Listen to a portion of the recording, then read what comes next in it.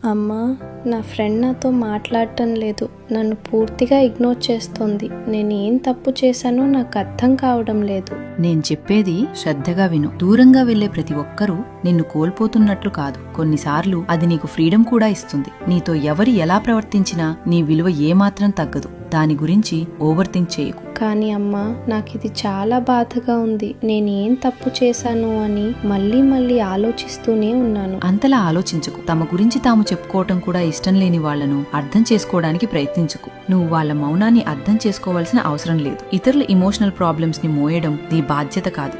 అయితే నిజమైన ఫ్రెండ్ ఎవరో ఎలా తెలుసుకోవాలి? ఇది ఎప్పటికీ గుర్తుంచుకో. నిన్ను నిజంగా ఇష్టపడే వాళ్ళు నీకు రెస్పెక్ట్ ఇస్తారు. నీ హ్యాపీనెస్ చూసి వాళ్ళు ఆనందపడతారు. మరియు నిన్ను ప్రేమించే వాళ్ళు సైలెన్స్ తో నిన్ను కంట్రోల్ చెయ్యరు. సైలెన్స్ తో కంట్రోల్ చేయటం అంటే? నిన్ను బాధ పెట్టడానికి వాళ్ళు నీతో మాట్లాడకుండా ఉండడం. అది లవ్ కాదు, అది కంట్రోల్ చేయడం. ఒక రకంగా ఆధిపత్యం చేయడమే. అర్థమైందమ్మా. అంటే అలాంటి వాళ్ళు దూరం కావడం కూడా నా మంచికే కదా? అవునమ్మా, నిజమైన ఫ్రెండ్షిప్ నీకు ప్రశాంతతని ఇవ్వాలి, కన్ఫ్యూజన్ ని ఇవ్వకూడదు. నీపై నిన్నే నేను ఏం తప్పు చేశానో అని డౌట్ పడేలా చేసేవాళ్లు నీ దగ్గర ఉండటానికి కూడా అర్హులు కాదు.